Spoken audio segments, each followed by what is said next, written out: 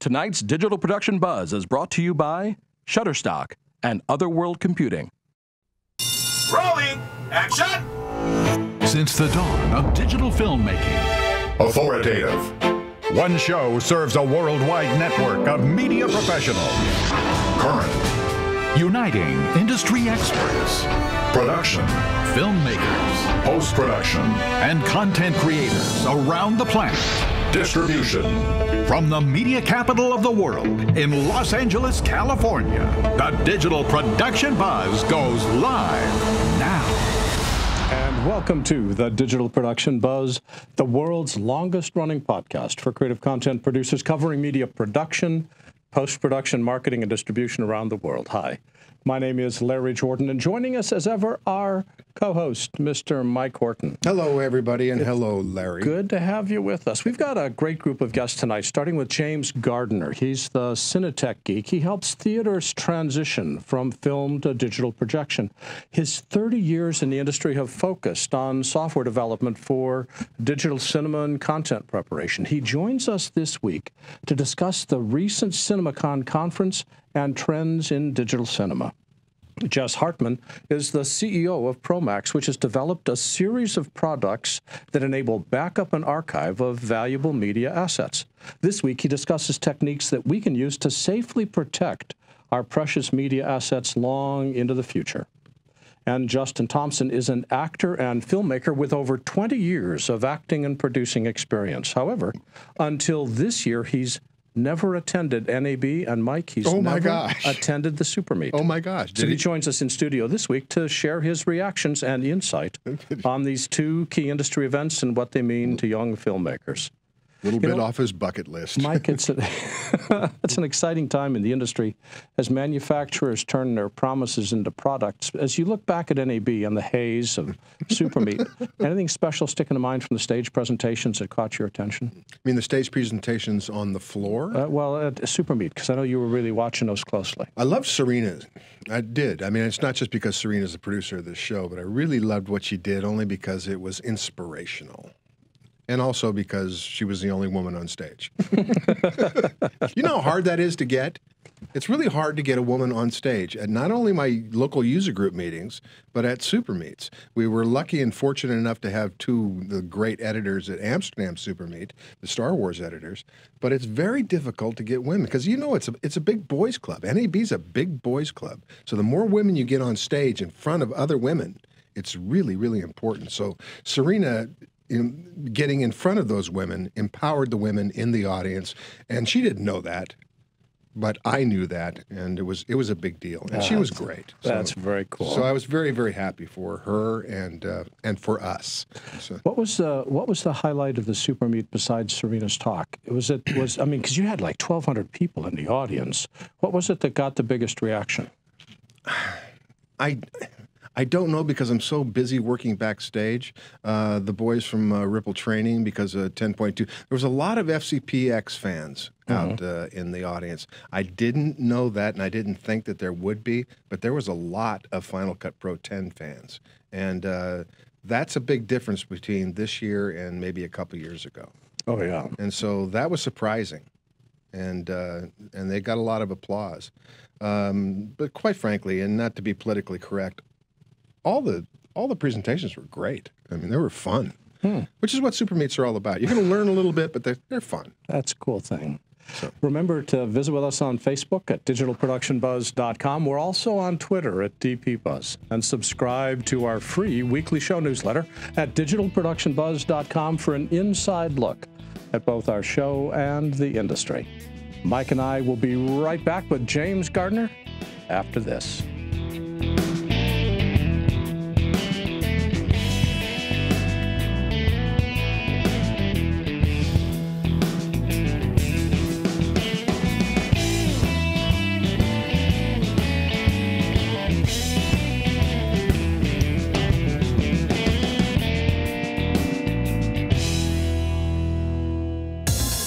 Finding the perfect royalty-free image or video for your creative project can be a crucial step in the filmmaking process. And whether it's for your website, publication, or video segment, the experts at Shutterstock.com can help you choose from over 2 million royalty-free HD and 4K stock video clips, including time-lapses, aerials, green screens, and model-released clips.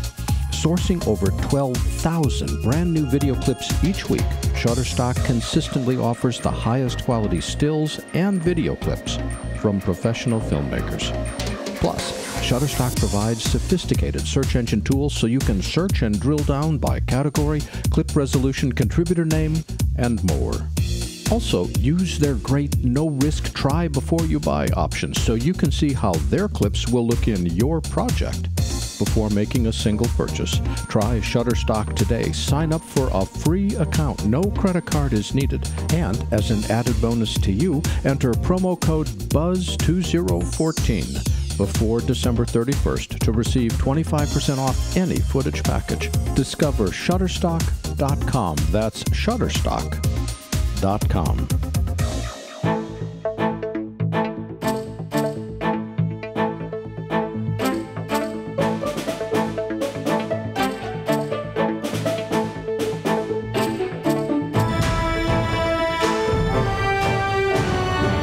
James Gardiner is one of the co-founders of DigitAll, a technology company that develops software and intellectual property for use in cinema exhibition. However, he's better known as the CineTechGeek and all the videos he's created explaining digital cinema technology. Hello, James. Welcome. Hello, Larry. How are you today? Well, we're talking to you, so that's a great place to start. And thinking of that, what got you started as the CineTechGeek? Well, many years ago, I think it was, I don't know, it's about 6 or 7 years ago, I started a company that was just doing the VPF contracts for Australia. The VPF contracts were where the studios would help cinemas transition to digital. And at that time, it was a very difficult thing for these cinemas to do because it's like a completely different sort of model to what they used to, going from cogs and wheels of cinema to basically IT infrastructure. And they were, had very little idea what was going on. So I basically took it onto myself to start making videos to try and help them understand and be informed about the technology that they were going to buy and hopefully hasten the transition, because it's easier to transition to something that you understand than to something that you don't. Well, you've been in software development for, 30 years, I would guess. What is it that caught your attention about digital cinema? Well, digital cinema was going to go through, you had colour to black and white, black and white to colour, and you had the no sound, so the talkies, etc. in the original days. Those are like historical transitions in cinema, or in the art of cinema. And I just saw that was coming again, the change from film to digital, and I wanted to be involved with it and to contribute to it, because I thought it was such a historic thing to happen, and I wanted to be there. Well, when I think about a theater, and this is because I don't know as much as I should, but you're just taking out a film projector and putting in a digital projector. What makes the transition so much more difficult? Well, there's a lot of cinema is an art form, and it's something that people are extremely passionate about. For example, there was lots of discussions and about which is better, film or digital, etc. over the year. Even now with Mark Nolan, I think the director's name is, that there's lots of things talk about him, and he wants to stay on film. And there's all these still, the studios are still keeping Kodak going for the next so many years because they want to keep access to that content or that capability to still create on film. It's a very passionate thing, and the industry still wants to hold on to it, and good on them for doing that. But going to digital for exhibition was such a big change for them that they needed help to understand it. We needed more understanding on how it was going to change the business, because it is completely different now in terms of what's running up there in the bio booth. It's nothing like it used to be. It's also... And I wanted to help that. No, go ahead. I was interrupting. Sorry. People understand it, but as I kept making these videos, I get more and more involved and more deeper into the knowledge and the technology. And right at this stage now, the digital transition is considered roughly done. In America, for example, in your country and my country, Well, in my country, it's pretty much 100% done. In your country, it's about 98-point-something% done. Only in Africa and some of those other countries, around 83 or 85%. So realistically, we are now digital in cinema. And the interesting part of this year is that there's a lot of focus changing from all the changes happening in cinema. Now that we are all digital, there's more interest and movement happening to NAB, where we're going to take advantage of being digital. You've talked about like high dynamic range, for example, was pretty much the topic of the show for both CinemaCon and NAB. If you were lucky enough to go to CinemaCon, you would have seen the Dolby Cinema projector with the amazing contrast ratio. When they did a demonstration of that projector in the Coliseum at Caesars, they showed basically a typical projector and how the black levels were at a certain brightness. And then they showed the capabilities of the new Dolby projector. And you literally heard the audience go, wow, everyone all at the same time, because it was that impressive. And unlike high frame rates, for example, which has had a lot of, high frame rates is a capability that is coming via digital, but there's a lot of resistance to it. The industry isn't really taking it on. But high dynamic range, it looks like it's completely the opposite. They seem to want to embrace high dynamic range, and it's probably going to push us quite fast into that sort of realm. And there is an amazing amount of work being done by SMPTE and many other organisations trying to figure out how to get us there as soon as possible, especially the TV manufacturers who want to sell us new televisions. So it's a very interesting year this year. James, I want to contrast something. NAB is a trade show which really focuses on the creation of content. How would you differentiate NAB with, which most of us in the audience know, with CinemaCon, who most of us have not heard of? What's the difference between the two shows? Well, CinemaCon is specifically aimed at what I'd call exhibitors, the side of the business which shows movies to the public in the big theatres. And that CinemaCon is focused on them and how they do their business and their needs. There's lots of presentations there about how to market your cinema. There's popcorn manufacturers, lots of seat manufacturers. All the things you would need to make a really nice cinema are there. And as you could expect, the transition to digital, that's where it was focused.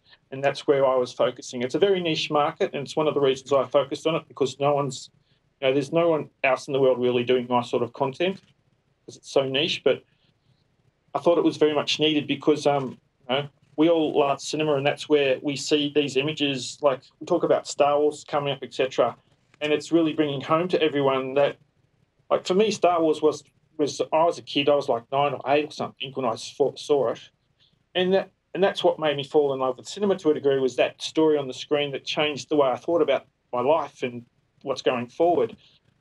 And as you can see, it's very important to many of us, and I've really put it on myself to try and help those transitions and make that magic as magical as possible going forward. Yeah, you bring up Star Wars, but wasn't Star Wars, at least the one that's coming out here in December, shot on film?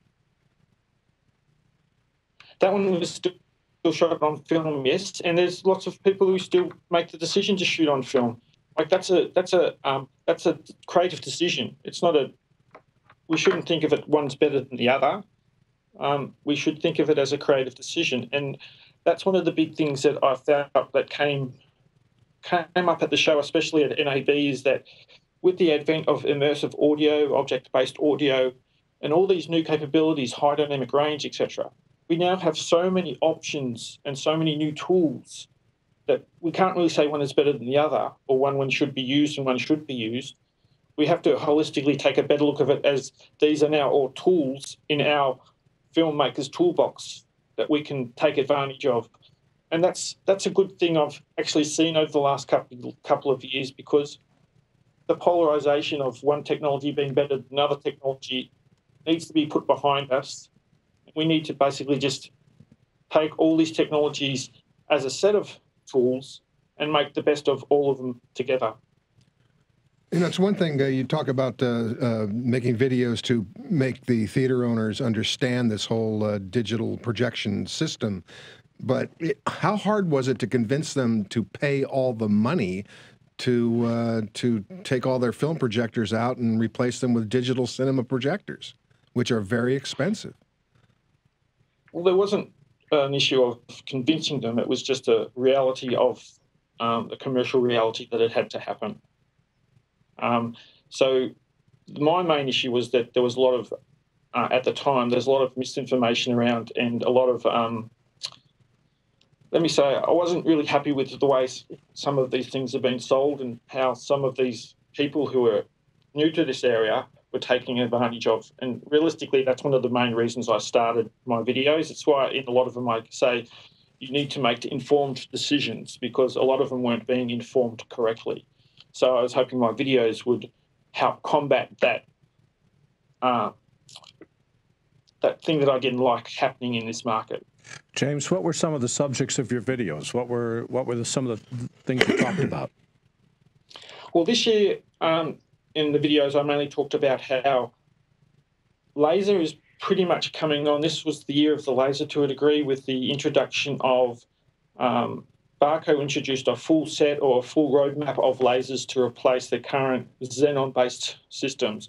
Now, this is quite a significant issue because it brings on another partial digital transition, because in a couple of years, it has pretty much been indicated that xenon lamps will no longer be viable, or lasers will be so much more efficient that you won't be buying xenon-based projectors anymore. But the whole industry is xenon. And if in 2 years we're not selling xenon projectors anymore, that means, like film, xenon lamps may eventually die out. So at some stage in the next 10 years, everyone will need to replace their projectors again because of that. That's significant news I covered, and it's the sort of thing I like to socialise with the cinema owners, because, as you know, when cinema converted, there was a lot of little cinemas who had fundraising, etc., to try and switch to digital because they weren't really prepared for it economically. And I don't want that to happen again when something like this happens. So I'm trying to educate the market early, socialise it early. So they do put $5,000 away per year, so they know when it comes to that next transition, they've got the money, they can move forward, and we don't lose any screens. We don't want screens going dark, as it's mentioned in the industry. But also there's the fact that high dynamic range is coming, like was shown by Dolby.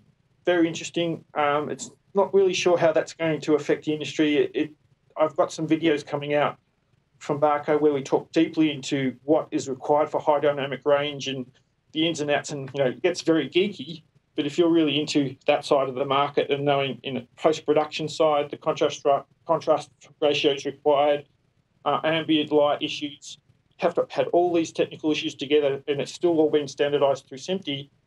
But I find all that stuff very interesting, and this is going to shape how we see pictures on screens in the future. I want to so come it's back. Worth talking about. I want to come back to this idea of high dynamic range. I had a chance to see a demo at Dolby probably 9 months ago now, showing Dolby's version of high dynamic range. And you can almost feel the heat radiating off the sun, or feel the coldness, because the contrast ratios are so great and the images just scream off the screen. But don't we have to shoot all new material to be able to take advantage of HDR? No, not at all. Most cameras, 15 to up stops, actually have enough information in those images for you to pull out a high dynamic range picture. You do have to take it through another grading process. For example, there was a number of demonstrations shown at the show where they had an original film that was going through a typical post-production workflow, and they give it back to the editor, give them a brand new high dynamic range monitor, and then they're capable of regrading it to the capabilities of these new displays, new projectors. And pretty much that's what you need to do. The real work that's going on in the standards community these days is more about not having to do, this is going to affect you in your production workflow. You don't have to grade the thing, one for 709, one for high dynamic range, one for this light level for 3D, one for that light level for that, etc. The proliferation of masters is becoming a bit mad, It's just crazy. So there's a lot of work to try and come to standards so we know how we can go, for example, for a high dynamic range master and easily come out with standard depth masters or processes to make these masters be displayed on these new higher grade monitors, which may be a certain percentage of P3 or a certain percentage of 2020. And there's a lot of work being done there because you don't want to have to make masters for every type of capable monitor out there. Yeah, just quickly, and you brought up the xenon lamps, and I think there's probably every theater owner out there would love to have those things go away because they're extremely expensive to replace. When do you see lasers coming into to fruition and replacing the current digital cinema projectors? Well, xenon lamps aren't really, well, they're not really that expensive compared to lasers currently. The current main lasers that you get are known as the primary base lasers, where red, green, and blue are created by sets of lasers. And those are the big Christian Barco lasers that go to the super bright 60,000 looms. Jeez. And they're mainly really used for what's called LPF, or large premium format, where you've got screens which are towards the 30 metre, like the biggest screens you've ever seen. James, I'm going to need to wrap you up. Where can people go on the web to learn more about the stuff you're writing? Well, I'm started posting my NAB videos at CinematechGeek.com and also on YouTube.com/CinematechGeek. I've posted 3 so far. That's all one word, CineTechGeek, and James Gardiner himself is the CineTech Geek. James, we could talk for another 20 minutes on this. Exactly. Thank you so very much for your time. Take care. I got so many more questions.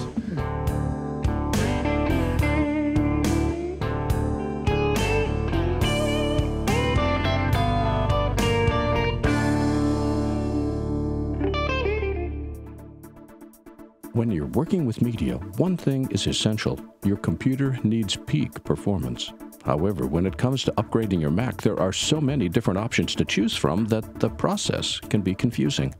That's why Otherworld Computing carries the best upgrades that lets your computer performance and storage grow as your needs grow. Since 1988, OWC has become one of the most trusted names in quality hardware and comprehensive support to the worldwide computer industry.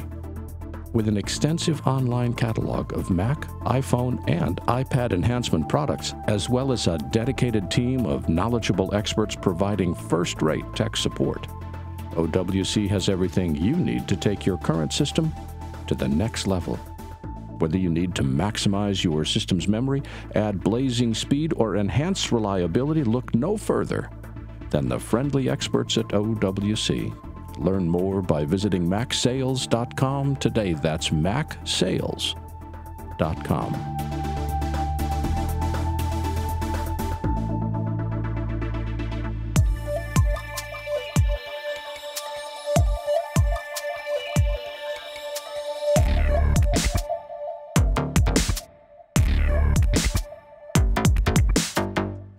Jess Hartmann, the CEO of ProMAX Systems, has a strong background in computer engineering and is deeply involved in the development of products at ProMAX that help us to back up and archive our valuable media assets. Hello, Jess. Welcome back.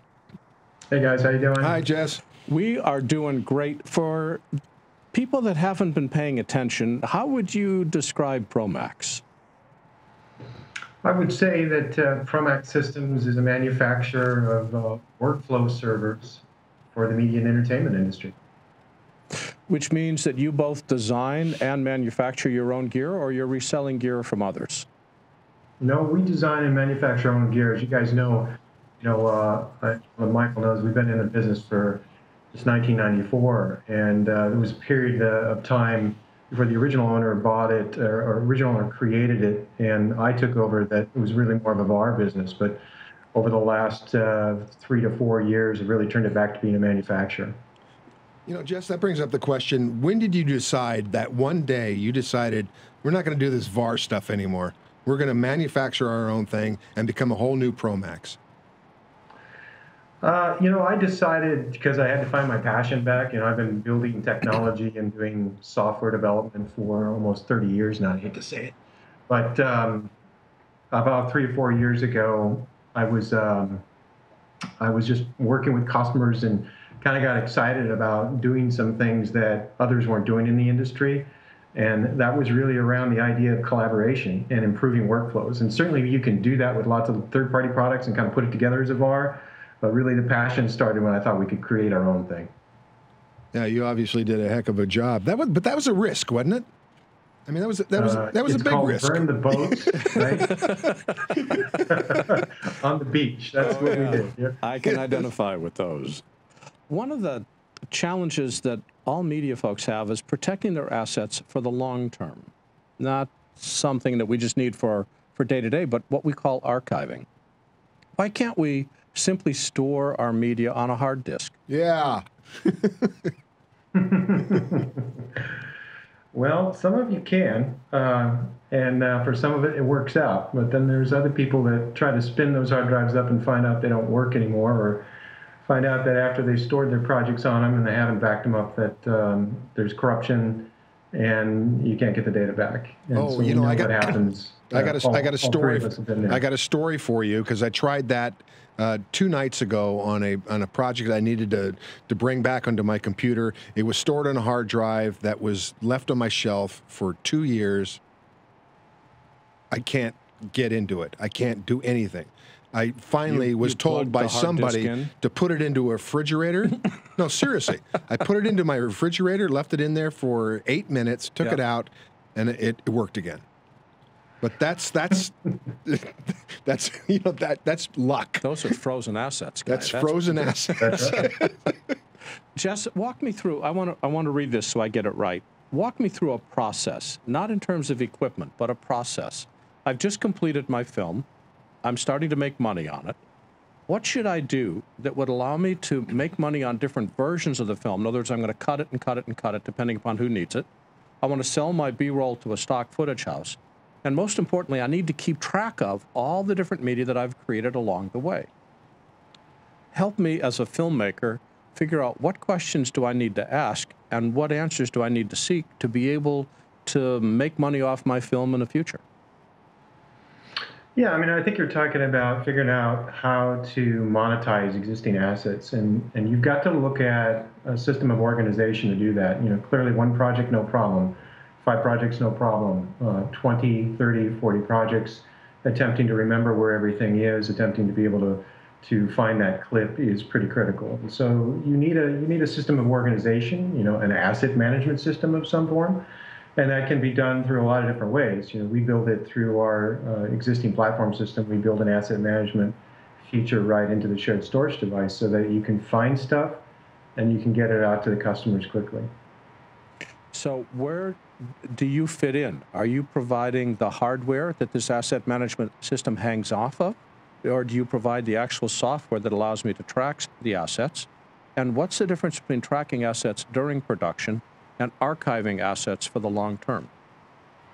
Right, so what we do is we build something called the ProMAX platform, which goes all the way from a very portable device all the way through an online system that runs hundreds of users.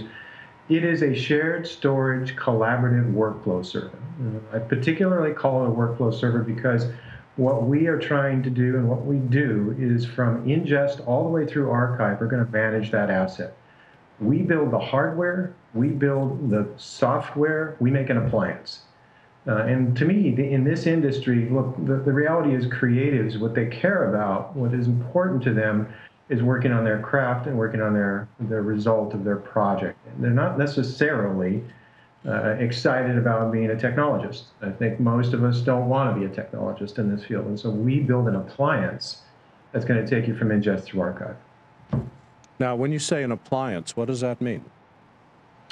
It means hardware and software put together, tested through various different workflows that you can bring into your facility, plug in, and begin to use. So you're going to log into the thing, you're going to have the ability to have asset management. You're going to, if you ingest your clips into it just by copying information onto the shared storage device, it's going to index it, it's going to generate proxies for it. It can set up transcode workflows so that media is transcoded into your mezzanine format. You can edit directly off of the system, you can transcode back out, and all of that being tracked in the asset management system. And this works? Good question, Larry. Well, yes, actually. Yes. We can't accuse Jess of selling. Hey, it's hard to be in the industry for 30 years unless you can figure it out, right? Absolutely. One of the challenges we've got is with archiving, because there's no media out there that allows us to store permanently forever and be able to pull it back. What media are you recommending for not day-to-day backups, but long-term archives? What media are you recommending? And how often do we need to update it because that media changes? Yeah, I think, at the end of the day, LTO is still one of the industry standards. It's accepted by insurance companies that insure projects. As you guys may know, last year we purchased our Cache Corporation, which is an archive appliance organization. Yeah. We purchased those assets and that software to be able to integrate it into our core platform product. And we still believe that LTO at the moment is one of the better bets. It's a 15, 20-year shelf life. Clearly, it's about a three model back approach. Which that means, of course, is if you're on LTO 6, you can read back to LTO 4. And so you want to stay within 3 models of the current LTO drive appliance. And once you do that, you'll be able to read it. They say 15, 20 years, as long as it's stored in the right temperature environment, kind of for cold archiving, it's probably going to last a lot longer than that. In the secret labs in Japan, the optical discs are 50 years. That's right. I've heard that. That's what they said. No but idea if 50 it's years true. hasn't passed, so how do we know? But there's a, I'm not going to say it's a downside, but it's something people need to be aware of with LTO, is that about every 18 months, we go from LTO 5 to 6, from 6 to 7, from 7 to 8, and they've published the roadmap and said, this is where we're going, so it's not a surprise. But one of the things that, as media creators, we need to pay attention to is that about every 3 to 5 years, we're going to need to buy a new LTO drive and migrate all of our assets. Is that still a true statement? Because we won't be able to read LTO 1s on LTO 6 devices. Yeah, I think that's true. But what you're finding, though, Larry, is even though it's been a cycle of 18 months, we're starting to stretch that out. Like LTO 7 is not really going to be available until the beginning of next year. The capacities are about doubling every time we go up to a next generation. And so at the end of the day, although, maybe we can get 2.5 terabytes on a current LTO 6 device, and maybe we can get, close to 5+ on an LTO 7, there's a place here, unless we're all storing everything in 4K, there's a place here where you're not going to have to continue to upgrade your drive. Your projects are going to be just okay on that existing drive. But I think it's important to note, and again, you're welcome to disagree with me, but I think it's important to note that we sort of need to, in the back of our mind, plan for having to upgrade our archives every period of time, whether that's 3 years or 5 years or 8 years, that we can't just simply put the tape on the shelf and expect it to last forever. Yeah, well, I think the point is you can it's not going to last forever, but it can last 15 or 20 years. Your issue is, do you have a drive that's going to be able to read it, right? So if you keep your same drive system in place and that drive system's operating accurately, then you don't necessarily have to re-archive stuff. But if obviously you can't get a hold of that drive anymore, or can't use that drive anymore, then you have to re-archive. Let's come back to keeping track of all these. You said that in your system, we're going to need to be able to keep track of our assets for productions on a daily basis. This is what asset management is all about. And then we need to be able to keep track of what's on tape because we're storing that for the long term. That's what archive software is all about. Do your systems provide both daily asset management tracking and archiving, or do they lean and specialize more in one than the other? So as I mentioned, as we bought Cache Corporation, we bought that for the purpose of integrating the magic of LTO management into our platform appliance. So today, where those are somewhat separate in separate catalogs, within the year, those will be integrated. And so what that means is that as you have your shared storage, your collaborative environment, you're putting your production on that, you're working on it, and ultimately you push it off to archive. All of that information that's pushed off to archive, whether it be the metadata of the clips, the metadata of the project, all that information, as well as proxies, remain in the core system so that you can go in, look at those proxies even though the footage is on the tape. Cool. I forgot to write down as I was looking at your website, what's this stuff cost, and can it be afforded by independent filmmakers, or do I need to have a studio behind me to buy it?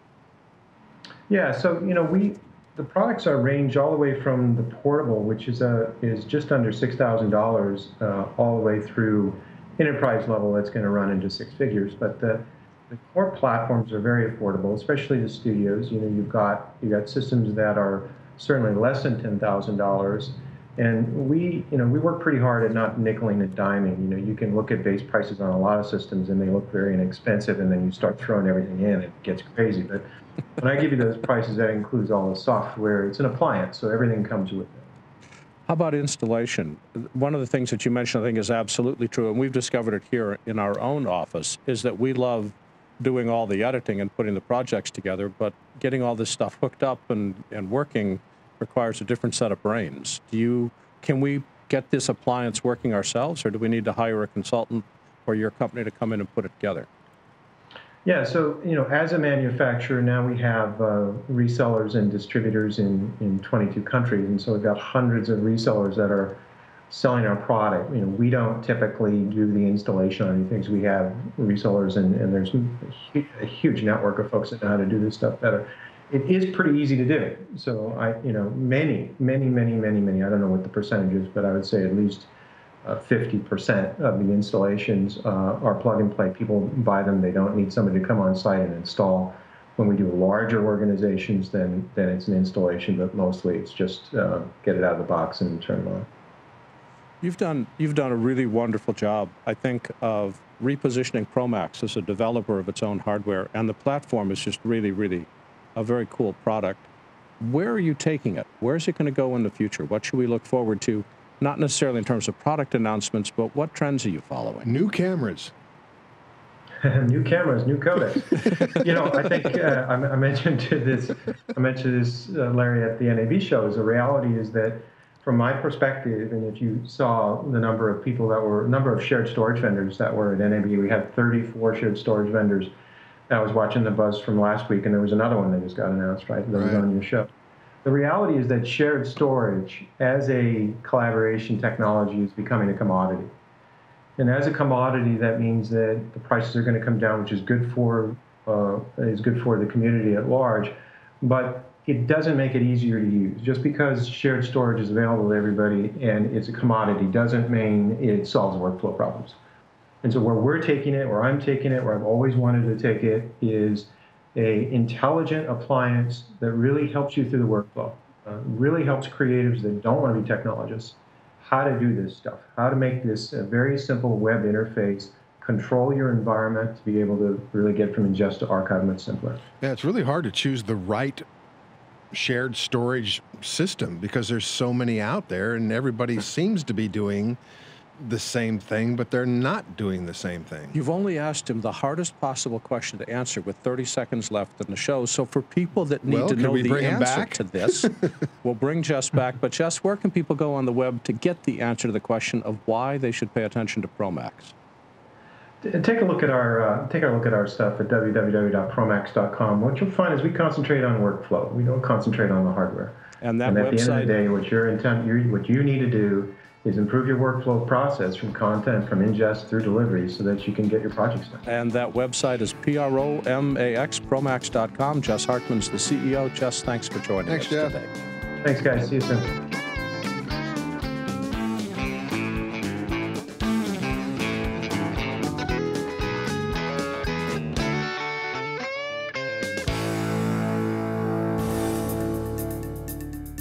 I've got a ton of brand new training videos showcasing all the new features in Final Cut Pro 10.2, and they're all available today.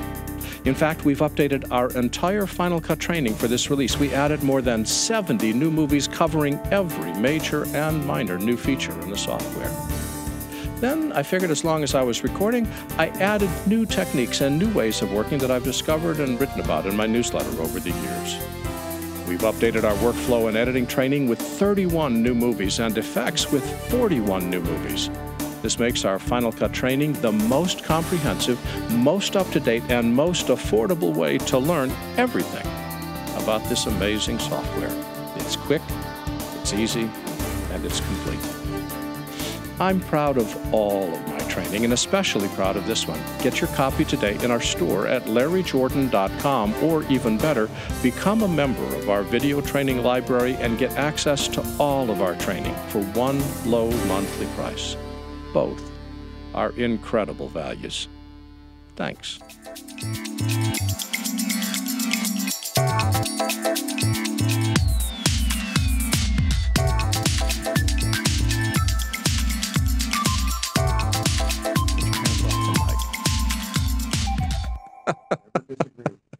Ever. Justin Thompson is an actor. He's a filmmaker, and he's the founder of Ashridge Films. He has over 20 years' experience in the industry, but he's never attended the NAB show, nor has he ever attended the Super Meet. If you can believe people like this still exist. So tonight, we want to chat with him about his experiences and what he's learned at both these events that applies to young filmmakers. Hello, Justin. Welcome back. Greetings. Hi, Justin. Yes. I want to find out first, before we grill you on all of the things that you've learned, what was your overall impression of NAB? Well, it was very exciting. Really? Yeah, no, I loved it. I think it's... Actually, my first one was very exciting, too, but go ahead. Being an NAB virgin, the only thing that I found disappointing is I thought there'd be some sort of like initiation thing like Burning Man has. You just walk through the front door and you're initiated. Yeah, I mean, but I thought like we'd have to run a gauntlet like naked with just our name tags, and that was it. That you'd be part of it. But no, it is. There's a very unique experience where, you know, when those doors open, there is this huge flood of people because they want to know what's on the cutting edge of the industry, what's out there, what's next. I thought it was amazing. I thought it was really, as a filmmaker, it's not only important to see what the technology is that's coming up, but it's meeting the people that are behind it and just spending face time so you can, you know, understand where the future of the whole industry is going. Did you have anything that you specifically wanted to see before you even got through the doors? You. You. It was you. Good answer. You poor guy. I'm so sorry. Microphone is working. By the way, if it's not working, guys, you can come in here. This is a live show, and we can just make or the we could thing share. work. I'm or we willing can to share. Yeah, all right. We'll go back and forth. No, I'm getting notes that says the mic's not working. Oh. Which doesn't matter because nobody ever listens to me anyway. You're married to this microphone. So talk to Larry, and I'll just sit back and it just looks so pretty. That's exactly. So, before you walked into NAB, I'm sure people had told you that it's an overwhelming experience, and it truly is. But what were you expecting before the doors opened and you saw the show for the first time? What was I expecting?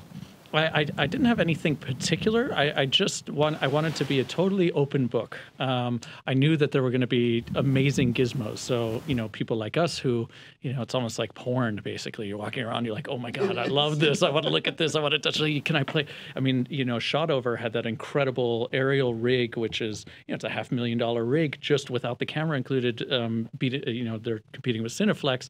And, you know, you get to play around with this stuff. It's awesome. And not everybody gets to do that every day. It's an exciting One of my expo. favorite sections was the helicopter section. Not drones, but where they've got actual news helicopters, and then the Bell jet. Well, actually, in the back of Building C, they've moved it outside, but it used to be in the back of the Central Hall. And then they had $6 million remote trucks, just the tractor trailers. Yeah. And I called my wife. I said, Jane, I have to buy a helicopter.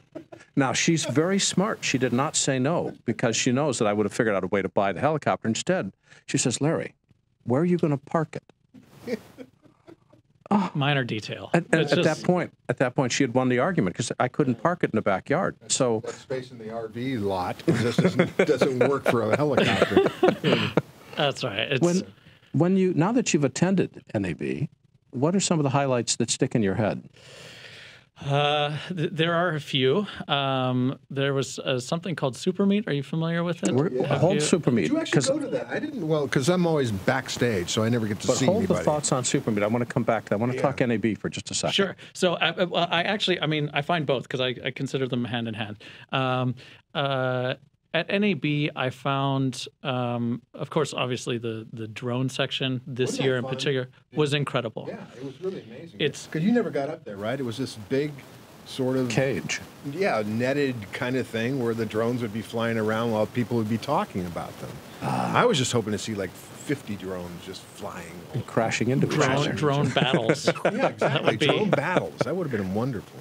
No, it was. There were some amazing pieces of kit which were shown, and one of the things that I think was most impressive was the Isotope RX4. Oh yeah, that's unbelievable. Amazing. That's like stupidly magical. I mean, it makes morons like me just.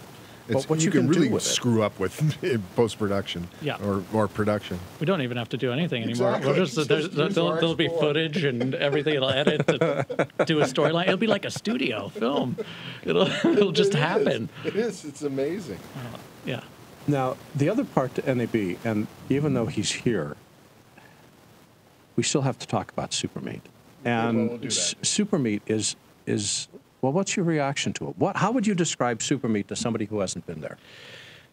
How would I describe SuperMeet to somebody who hasn't been there?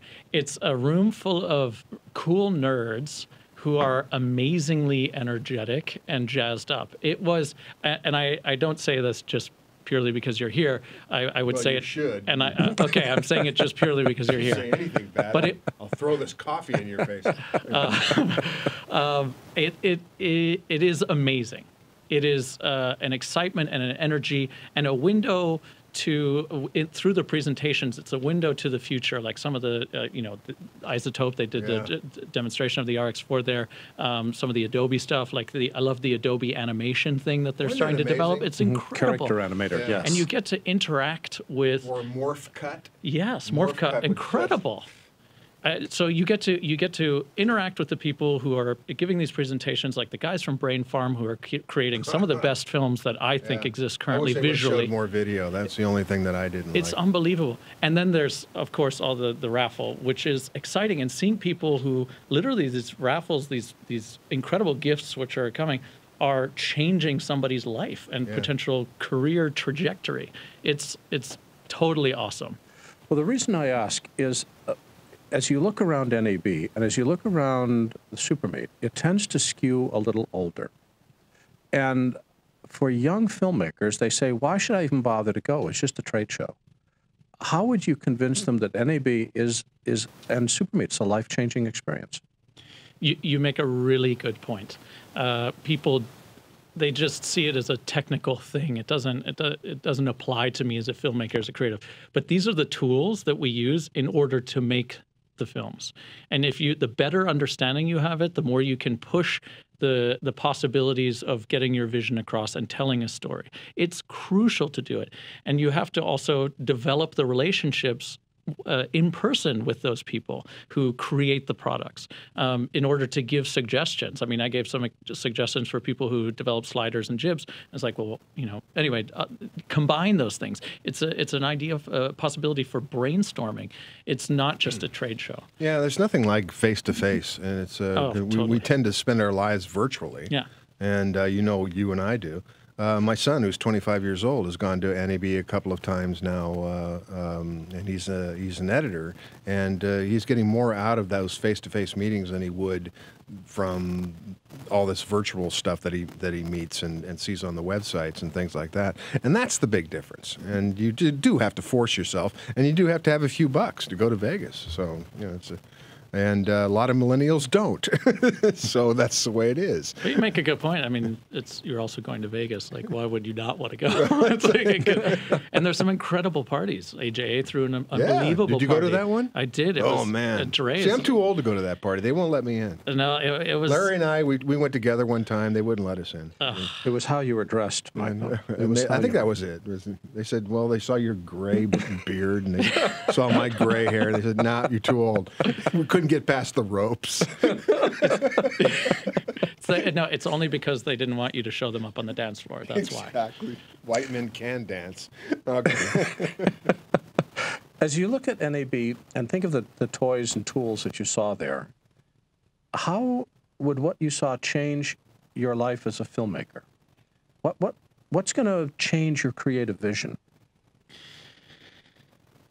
Big question. Well, I just realized that there are more tools in which I can capture images at a more cost-effective way than ever before.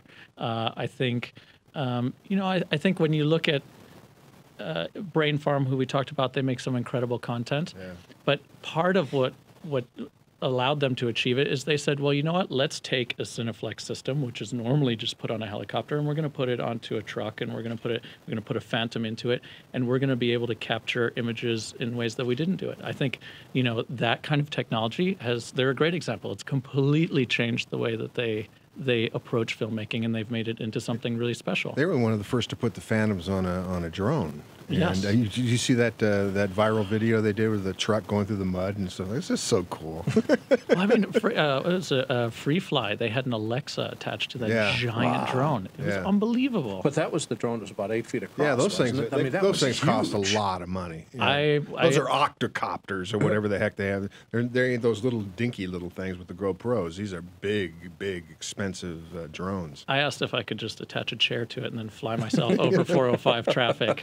Did you find a toy that you really, really wanted, or did you buy a toy while you were there? I did not purchase the toy. No, I mean the shot over aerial rig. Yes, I love that, but really? $500,000 is a little tricky.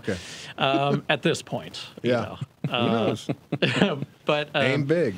But I think the 3DR solo drone was incredible, because what they've managed to do is they've made it very consumer friendly, where they actually do camera movements that are pre-programmed into it. So you say, Holy okay, cow, I want to really? have this kind of like swooping 360.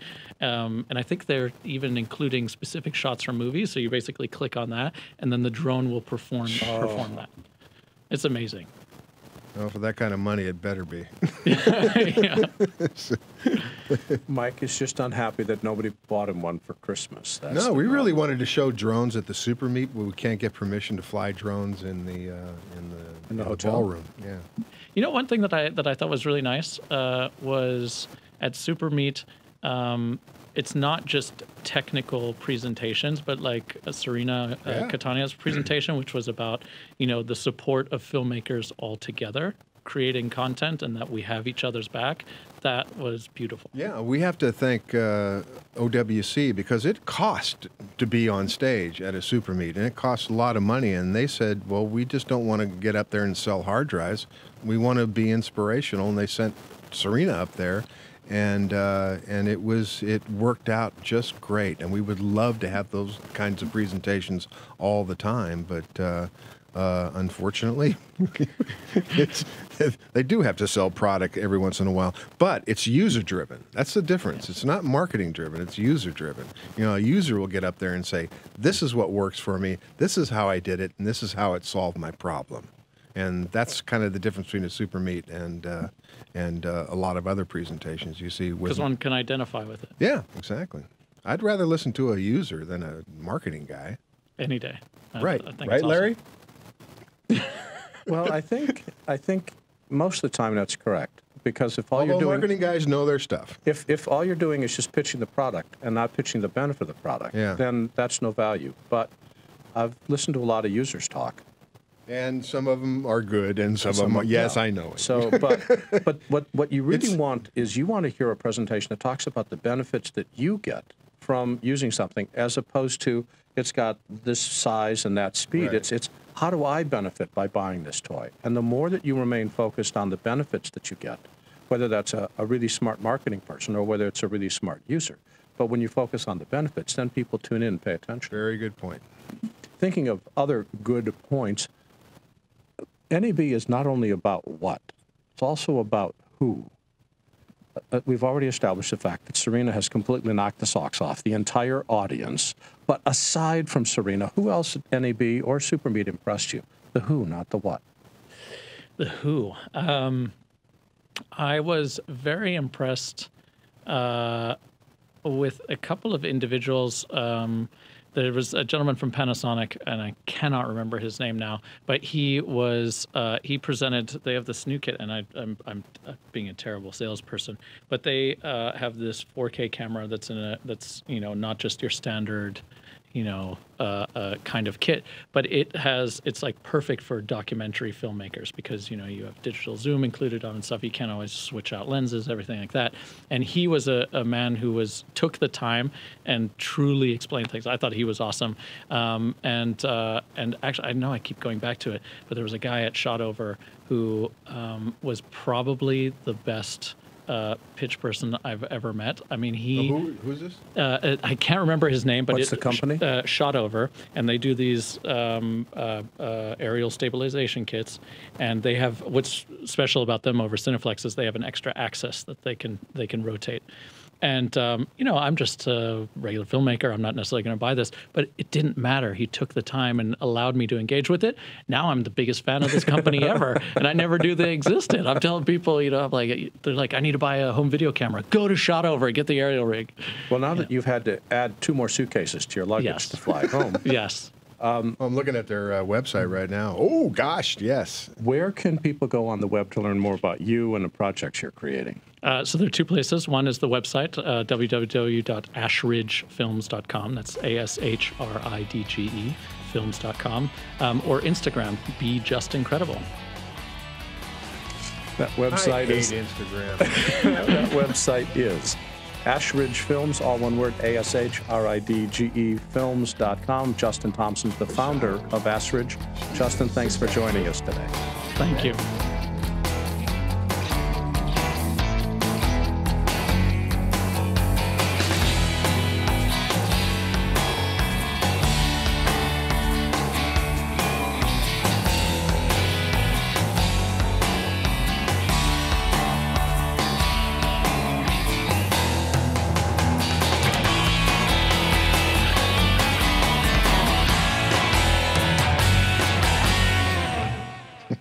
Michael, as you're booking the Super Meet,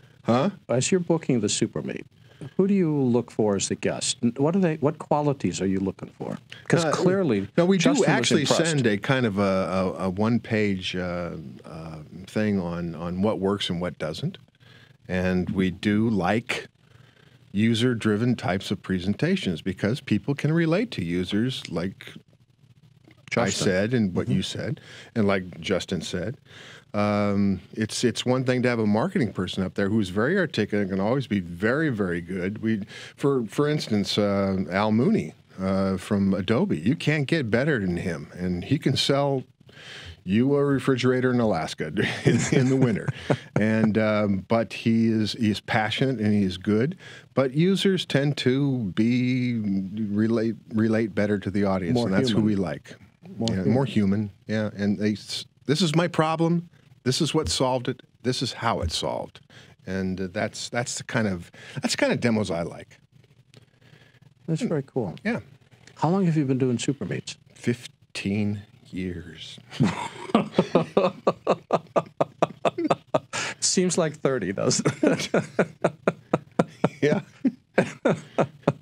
You got anything coming up that we should pay attention to? We might have an announcement next week. Cool. So, yes. But, of course, the next Super Meet will be in Amsterdam.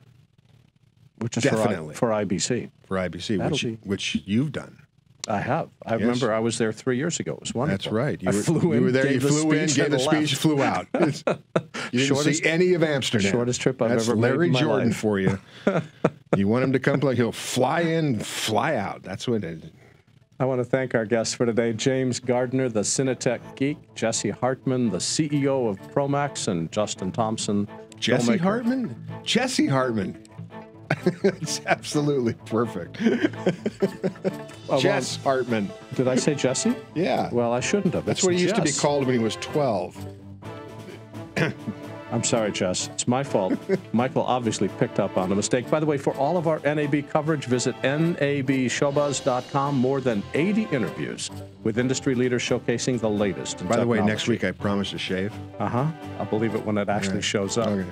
Visit the digitalproductionbuzz.com website to listen to any current or past show, along with thousands of interviews. You could use makeup, too. Talk with us on Twitter at DPBuzz. Our theme music composed by Nathan Doogie Turner. Additional music by Smart Sound. Text transcripts by Take One. Our production crew is led by Megan Paulos, producer Serena Catania. Mike and I say good night. Thanks for listening.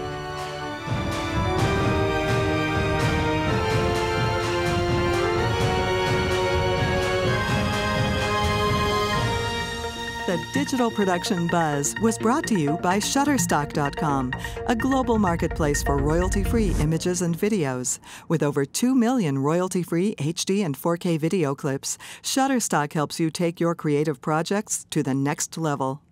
And by Otherworld Computing, providing quality hardware solutions and extensive technical support to the worldwide computer industry since 1988.